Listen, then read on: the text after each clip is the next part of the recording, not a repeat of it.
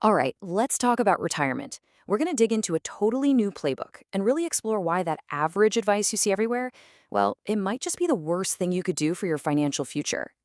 Come on, you've done it, right? We've all done it. You type that exact phrase into Google just looking for some kind of yardstick, a way to see if you're on track.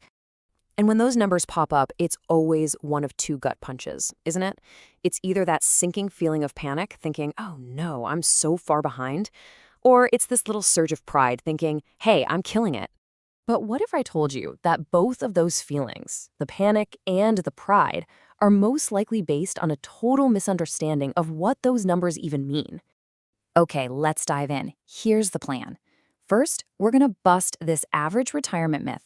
Then we'll talk about the new risks you're actually facing. After that, we'll see why you need to shift your entire financial mindset, how to truly optimize your strategy, and finally, how to completely rethink your retirement timeline. First up, the average retirement myth. Let's pull back the curtain on why those numbers you see online, well, they're pretty much useless, especially if you've been a diligent saver. So you see a number like this, right? Fidelity says the average 401k for folks near retirement is about $250,000. And for a lot of people planning seriously, that number is, frankly, terrifying. But here's the catch. That $250,000 figure has huge blind spots. It's often just looking at accounts at one place, like Fidelity. It completely ignores your accounts at Vanguard or Schwab, your taxable brokerage accounts, your HSA, and, this is a big one, it doesn't count your house or your business. It's not the whole picture. Not even close.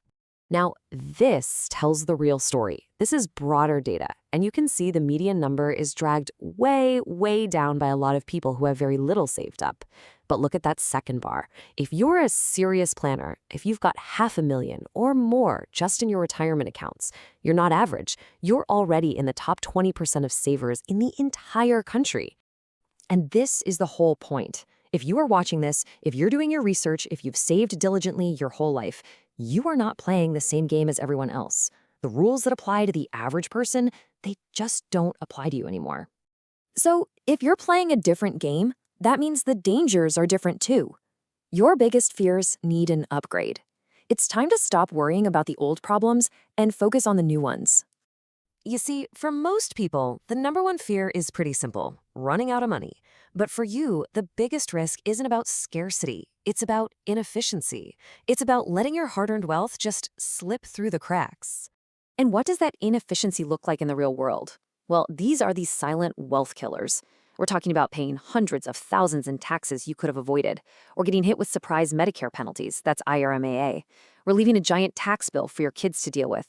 Your wealth isn't at risk from the market, it's at risk from a bad strategy. This also means we need to think about risk differently. Forget how you feel about risk for a second, that's risk tolerance. We need to talk about your risk capacity. That's the hard math. It's about how much of a market hit your plan can actually take without forcing you to sell at the worst possible time. It's not about feelings, it's about physics. And that leads us to probably the biggest hurdle you have to clear. It's a fundamental shift in how you think about money, moving from one phase of your life to the next. Look, the skills that made you a great saver, working hard, saving a big chunk of your paycheck, investing for growth, they got you here, and that's amazing. But those are not the skills that will make you a successful retiree. The game of accumulation is over. The new game is all about optimization. It's a defensive game. It's about being strategic, playing chess with the tax code, and protecting what you've built. Because from here on out, it's not about how much more you can earn, it's all about how much more you can keep. Okay, so enough with the theory.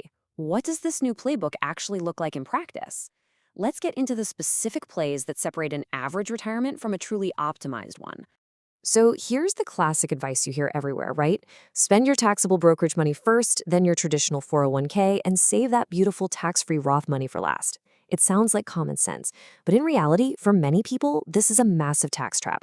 You're just letting a tax-deferred time bomb grow and grow, which will eventually explode when RMDs force you to take it out. And here's another pro-level move. Asset location. This isn't about asset allocation, what you own. This is about where you own it. By strategically placing things that generate a lot of taxes, like high-yield bonds, inside your tax-sheltered accounts, you can seriously cut down on the tax drag that eats away at your returns every single year. It's a game changer. And all of this leads to what might be the single biggest opportunity you have. It's called the Roth Conversion Window. It's those golden years, right after you stop working, but before Social Security and those RMDs start, where your income is low. This is your chance to strategically move money from your taxable IRA to your tax-free Roth at the lowest tax rates of your life.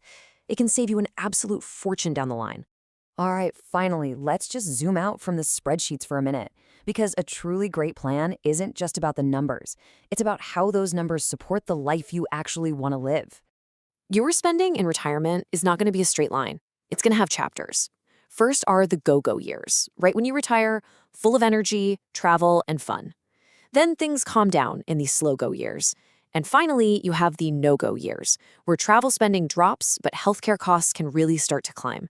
Your financial plan needs to anticipate this curve, not just a flat line. And this makes you rethink legacy, too. I mean, if you wait until you're gone to pass on wealth, your kids might be in their 60s themselves. There's so much more joy in giving while you're around to see the incredible impact it has on the people you love. So the takeaway here is pretty simple. For those who've saved well, the retirement game is completely different. It's a game of strategy, of efficiency, of optimization, not just piling up more cash. And so the only question left to ask yourself is this: now that you know the rules have changed, is your strategy actually ready to play?